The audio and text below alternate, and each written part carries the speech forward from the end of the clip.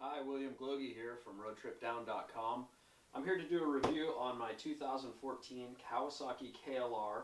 I've just returned from an 18,000 mile journey down the Panamerican Highway to Ushuaia, Argentina from my home here in Santa Cruz, California. I'm going to go through the bike and the modifications that I made, what I did right, what I did wrong, things I would change.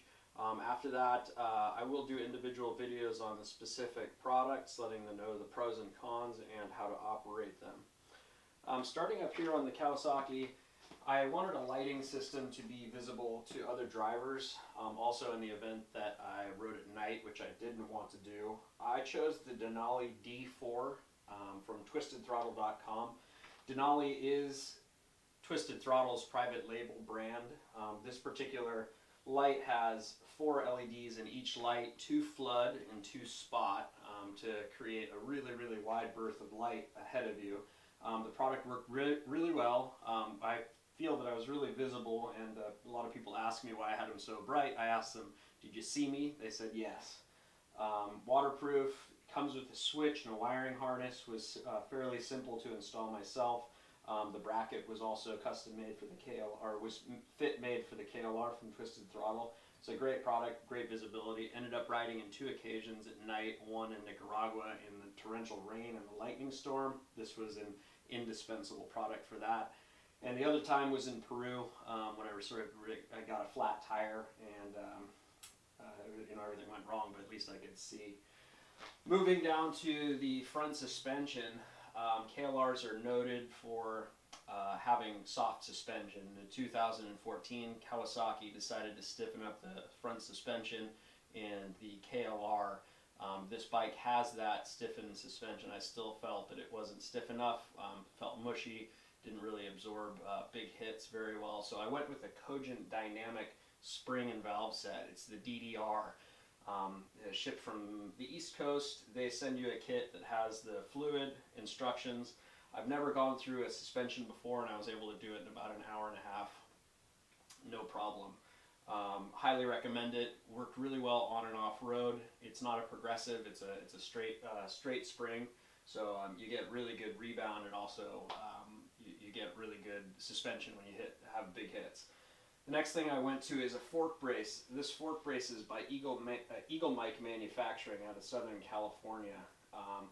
The forks on Kawasaki also are known for tracking. What that means is the triple clamp isn't quite big enough, so on the road, if there's grooves in the road, the tire catches that, and there's a twisting action that happens in the forks. On off-road, if you hit ruts, you can also have that same twisting in the forks. You lose a little bit of the steering ability.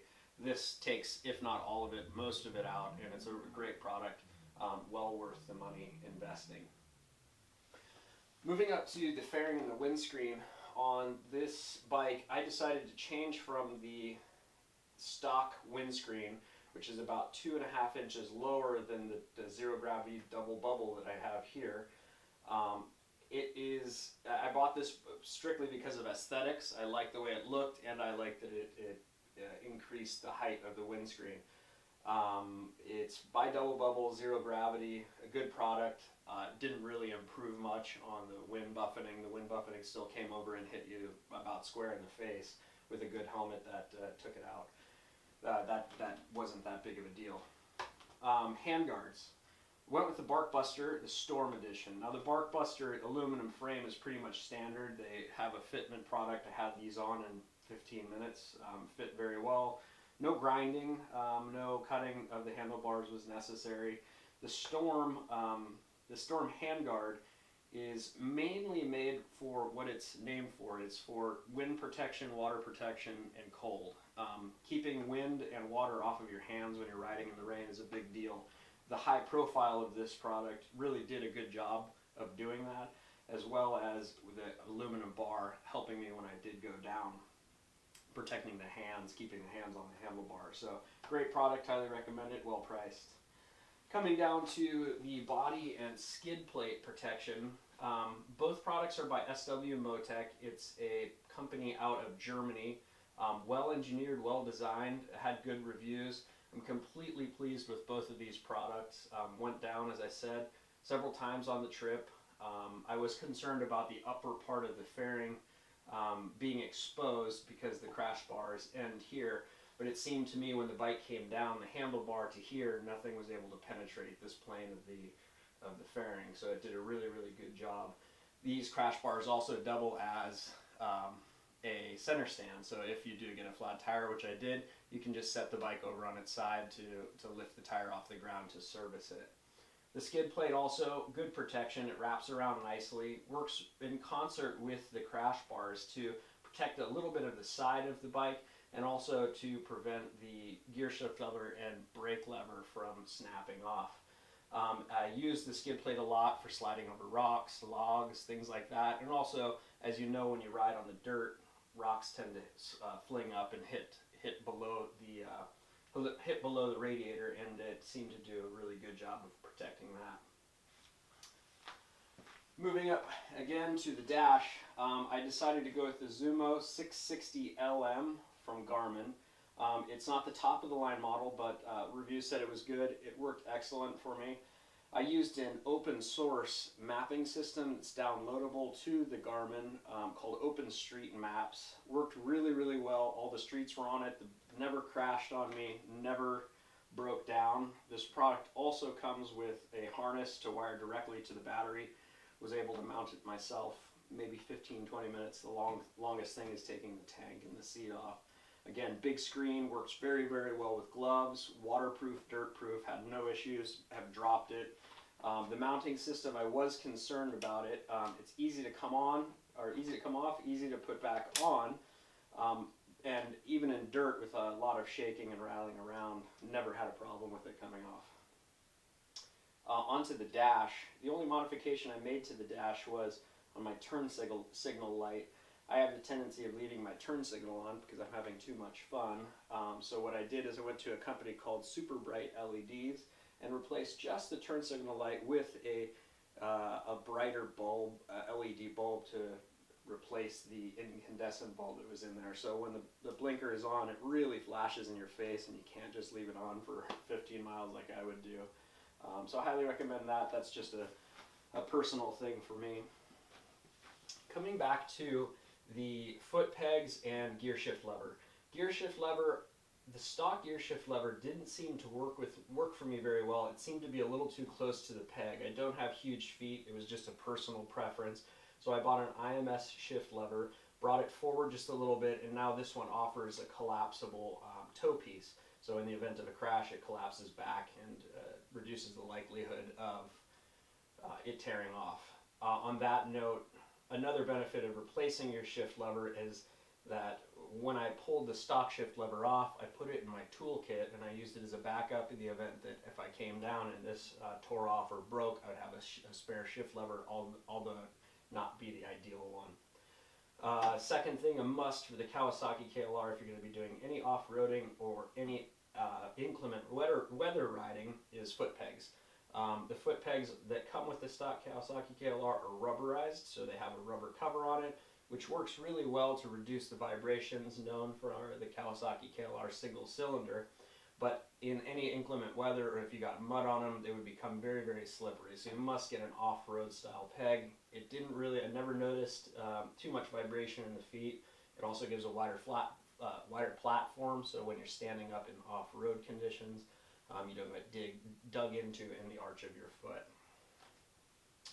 Moving on to the suspension. Rear suspension, I went with the Touratech, the upgraded version, with the the hydraulic preload adjustment.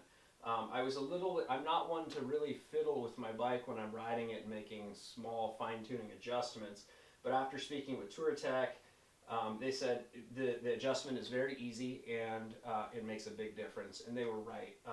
With the different weights that you put on the bike and in the different conditions that you're in, it is nice to be able to hop off the bike, give it a click up or down, depending if you're wanting to make it more of a Cadillac or more of a race car. You want to firm it up if you're in the dirt, so if you take a big hit, you don't bottom out, but if on the street, you want to make it a little more cushy, just to make it comfortable under seat. You just hop off a couple of clicks, 2, 3, 4 clicks, and it really does make a noticeable difference. I was skeptical, but it really came true. Moving back to the luggage system, I decided to go with the Tusk Pannier system. Obviously the panniers are not on the bike right now, but the tubular steel frame that came with it is attached to this bike. This is a very good setup. It was easily attached. There's no modifications needed to be made to the bike, so it snapped on pretty easily.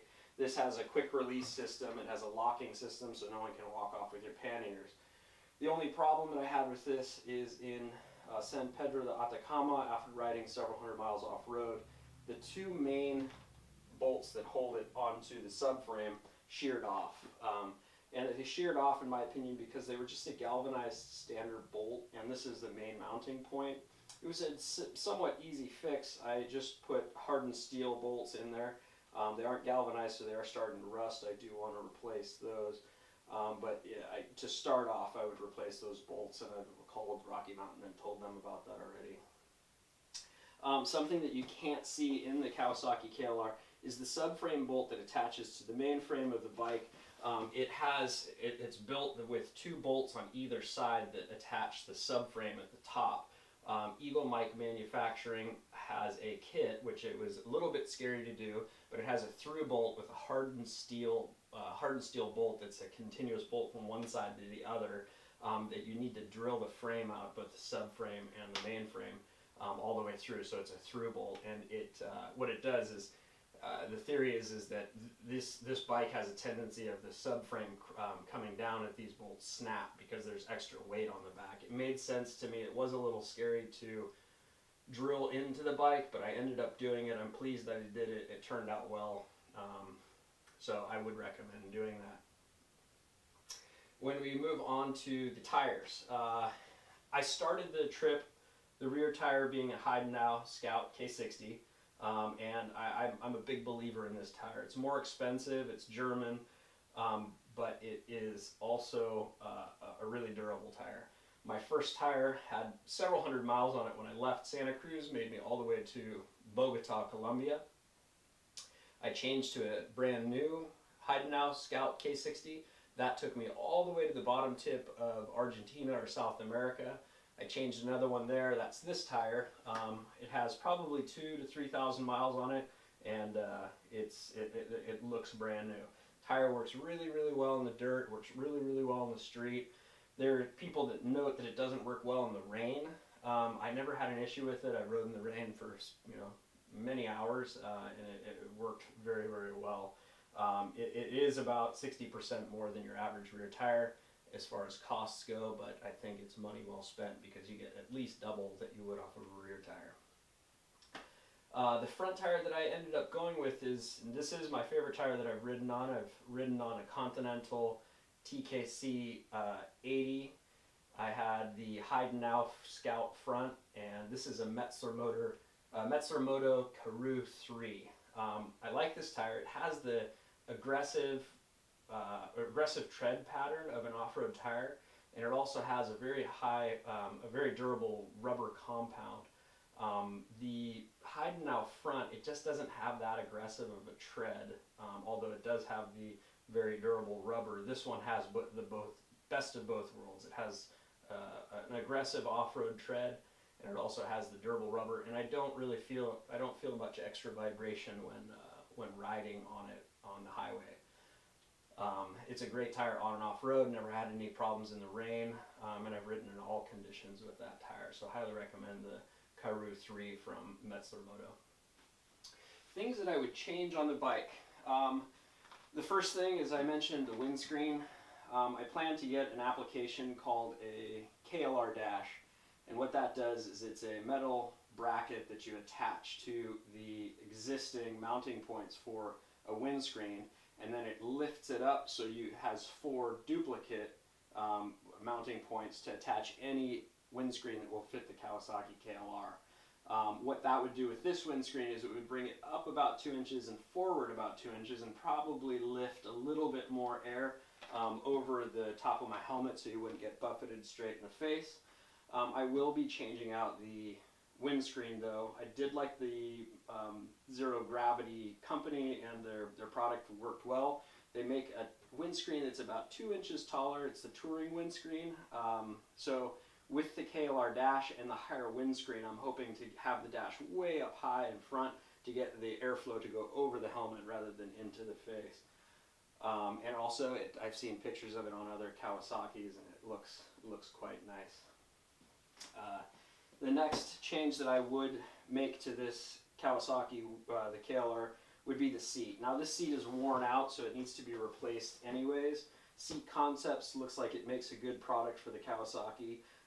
It brings the width of the seat a little bit farther forward, and it puts a dual density foam on the side and the center of the seat that is said to be more comfortable. We'll have to see how that works. But as I said, this seat's worn out, needs to be replaced. It needs to be replaced for my next journey, so we'll see how the Seat Concepts works. Down below, I do plan to get a SW Motec center stand. Center stand serves several purposes. First, in tight parking spaces, you don't have to lean the bike over with your panniers. If you're in a tight quarters, you can just set it straight up. The next and maybe more obvious thing is for servicing the chain and the tires. Changing tires, changing flats, adjusting or lubricating the speedometer cable, as I did, would be much easier if you could put the bike up on a stand and take the tire off rather than having to dump the bike over. One concern that I do have with the center stand is that it's going to stick down below the skid plate. So in the event that you did need to slide across something on the bottom frame rails and the skid plate, it might hook there. So that's something I'm going to look at. It's a concern I have, but I think that the convenience of a center stand might outweigh that. In the event that it does that and I have a problem, it's 4 bolts. The center stand comes off, I go back to the kickstand. Other than that, the Kawasaki KLR has done well for me on my trip down through the Pan American Highway. I plan to continue my journey here in about 2 weeks around the world, traveling 25 to 30,000 miles through most of the continents, and look forward for you to follow along with me. We'll do trip reports, I'll do product reports. On Instagram, my handle is @roadtripdown. My Facebook is facebook.com/roadtripdown. And my website blog is roadtripdown.com. Thanks for listening, and follow along for other product reviews.